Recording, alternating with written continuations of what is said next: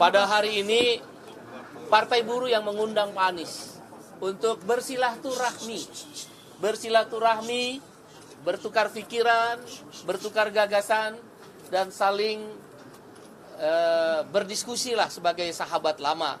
Kami sudah berkawan lama dengan Pak Anies Rashid Baswedan selama beliau menjabat gubernur, yang keberpihakannya kepada orang-orang kecil, buruh, petani, nelayan, dan kaum pebisnis, semua lapisan masyarakat kami mengenal. Oleh karena itu kami mengundang beliau ke kantor Posko Pemenangan untuk bersilaturahmi, dan beliau bersedia hadir pada hari ini. Pada intinya Partai Buruh mengharapkan Pak Anies bisa menjadi calon gubernur DKI Jakarta sesuai mekanisme keputusan Mahkamah Konstitusi nomor 60 dan nomor 70 tahun 2024. Tentu kami menunggu partai yang lain, khususnya partai yang besar. Karena kami tidak cukup suara untuk mendukung secara langsung. Partai yang besar tentu kami tunggu, dan insya Allah nanti Pak Anies yang akan menjelaskan bagaimana proses politiknya. Intinya kami menunggu, ya, belum bisa memberikan secara langsung ya apa persyaratan-persyaratan yang dimintakan oleh KPU. Dan dalam waktu dekat saya yakin Pak Anies dan timnya bisa meyakinkan partai-partai lain, khususnya partai yang besar, yang bisa memenuhi syarat ambang batas. Kami Partai Buruh baru selesai aksi di KPU. Clear, sekarang sudah clear. KPU sudah parap. Pimpinan Komisi 2 DPR RI sudah parap.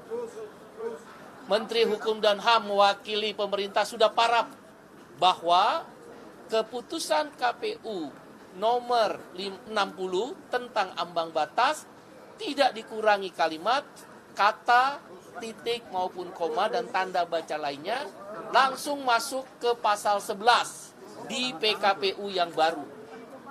Khusus batas usia pencalonan, keputusan MK nomor 70 tidak dikurangi kalimat, kata-kata, titik koma atau tanda baca lainnya, masuk di pasal 15 PKPU yang baru.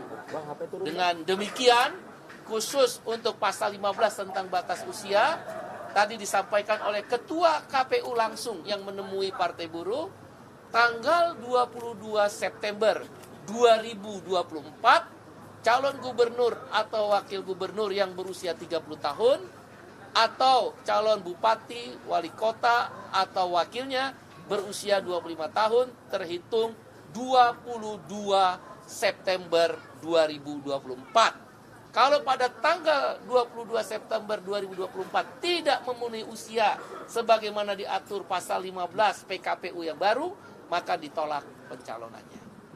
Dengan demikian, mudah-mudahan kami berharap partai lainnya, khususnya partai yang suaranya lebih besar, kami berharap sekali lagi ya, bukan keputusan, bisa mengusung Pak Anies. Demikian, terima kasih. Saya serahkan pada Pak Anies Baswedan.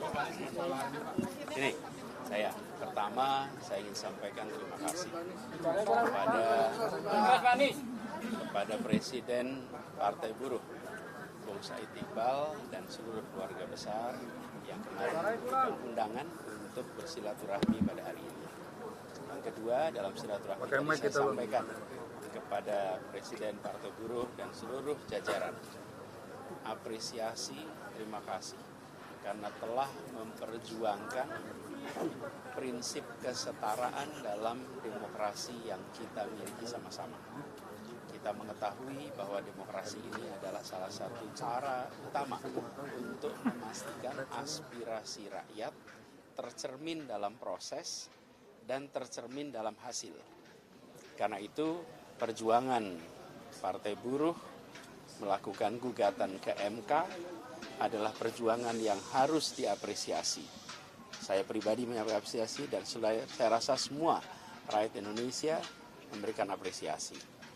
Yang ketiga, tadi saya sampaikan kepada pimpinan Partai Buruh juga, terima kasih karena setelah putusan MK dikawal terus hingga tuntas. Dalam hal ini juga kepada seluruh masyarakat sipil, seluruh gerakan mahasiswa yang memilih untuk turun langsung menyuarakan pandangan menjaga konstitusi, menjaga marwah putusan MK. Itu bergerak secara organik di berbagai wilayah di seluruh Indonesia. Dan itu gambaran bahwa di Indonesia hari ini mereka-mereka yang menginginkan demokrasi ini tegak dengan benar jumlahnya masih jauh lebih banyak daripada yang membiarkan terjadinya pembelokan atas demokrasi. Ini adalah pesan yang sangat positif untuk kita semua. Dan di situ juga saya sampaikan apresiasi kepada pimpinan DPR yang kemudian langsung merespon.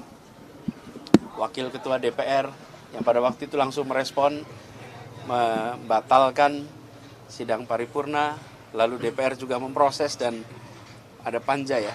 Ya, panja. Panja khusus yang bekerja non-stop sampai hari ini semua proses revisi itu berjalan tuntas seperti disampaikan oleh Bang Said Iqbal tadi.